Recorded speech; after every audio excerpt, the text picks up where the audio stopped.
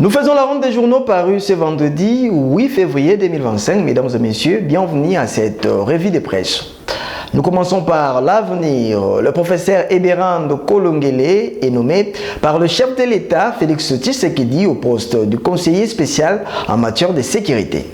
Le professeur Désiré Cachemire Eberhard Kolongele est nommé par le chef de l'État Félix Tshisekedi Antoine au poste du conseiller spécial en matière de sécurité. À l'issue de cette nomination, cet élu de la circonscription de Boulungu dans la province de Kwilu va diriger le Conseil national de sécurité CNS à la présidence de la République. L'ordonnance de sa nomination a été lue ce mercredi 5 février 2025 par Tina Salama, porte-parole du chef de l'État à la chaîne nationale RTNC. Le nouveau promis remplace à ce poste un autre professeur d'université, homme des droits comme lui, le professeur Jean-Louis Essambo Kangaché, qui occupait ce poste depuis août 2023, succédant à son tour à François Béa Kassogo. Pour sa part, Actualité.cd nous parle de la CENCO et l'ECC qui sollicitent le soutien et la collaboration de la SADC et l'EAC pour le projet des sorties des crises. Alors qu'elle consulte actuellement la classe socio-politique congolaise, en interne, la conférence épiscopale nationale du Congo, CENCO et l'église du Christ au Congo, ECC, ont décidé de saisir le président du Zimbabwe, Emerson Mnangagwa, et président des exercices de la communauté de développement de l'Afrique australe, SADC, et le président de la communauté de l'Afrique de l'Est, EAC, et président du Kenya, William Ruto, au sujet de leur initiative de sortie des crise durable intitulée Pacte social pour la paix et le bien vivre ensemble en République démocratique du Congo et dans les Grands Lacs. Dans leur correspondance,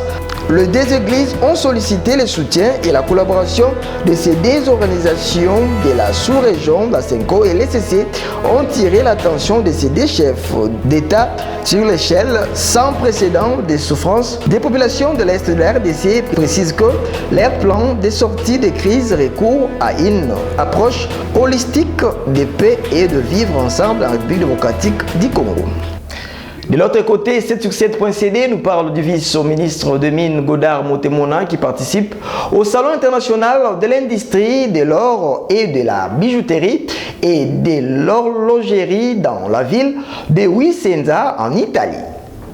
Le vice-ministre de Mines Godard Motemona participe au Salon international de l'industrie de l'or et de la bijouterie et de l'horlogerie dans la ville de Vicenza en Italie. Il a été accompagné par une délégation d'experts miniers congolais sur invitation de la fondation italienne New Tabor International dirigée par le père Don Paolo qui développe les activités en République démocratique du Congo, particulièrement dans la province du Sud Kivu. Au-delà du forum, la mission avait pour but d'explorer les maillons supérieurs de la chaîne de valeur de la filière aurifère ainsi que les opportunités d'établissement, des transferts, des connaissances et des technologies susceptibles de favoriser la création d'une école professionnelle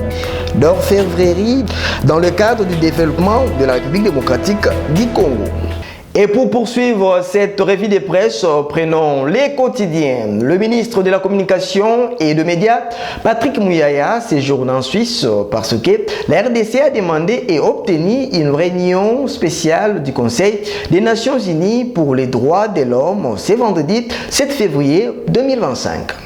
Patrick Muyaya, ministre de la Communication et Médias, séjourne en Suisse parce que la RDC a demandé et obtenu une réunion spéciale du Conseil des Nations Unies pour les droits de l'homme pour faire le point de la situation que la population vit à Goma depuis plusieurs jours, marquée par l'entrée des troupes rwandaises. À leur arrivée, ils ont bombardé le camp de déplacés, ont tué des populations civiles, se sont attaqués au personnel de la MONUSCO en le tuant, ont tué le personnel des SAMI RDC Pour le porte-parole du gouvernement, tous ces crimes ont été commis dans un contexte où ils ont privé la population d'eau, d'électricité, où la population ne voit pas ses droits élémentaires respectés. Il était de notre droit de venir ici pour discuter du sujet avec toutes les conséquences qu'il y a sur les droits de l'homme en République démocratique du Congo, avec le besoin d'avoir un mécanisme qui nous permettra d'envoyer des enquêteurs sur place et être en mesure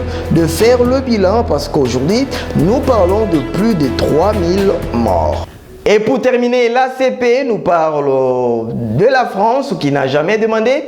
à ses ressortissants de quitter la République démocratique du Congo, a affirmé l'ambassadeur de la France en République démocratique du Congo. La France n'a jamais demandé à ses ressortissants de quitter la RDC, a affirmé l'ambassadeur de France en République démocratique du Congo au cours d'une audience lui accordée ce jeudi à Kinshasa, la capitale démocratique du Congo, par le ministre de la Formation professionnelle. Il a ajouté également que la France restera aux côtés de la RDC et va continuer à travailler avec le gouvernement dans le cadre de projets pour le développement, notamment via l'Agence française de développement AFD. Les deux personnalités ont évoqué la nécessité de définir les priorités sur lesquelles il faut travailler ensemble. Les deux parties ont également évoqué le projet de développement dans le secteur de la formation professionnelle avec l'appui de la France. C'est par ici que nous mettons un point final à cette revue de presse. Mesdames et messieurs, merci de l'avoir suivi.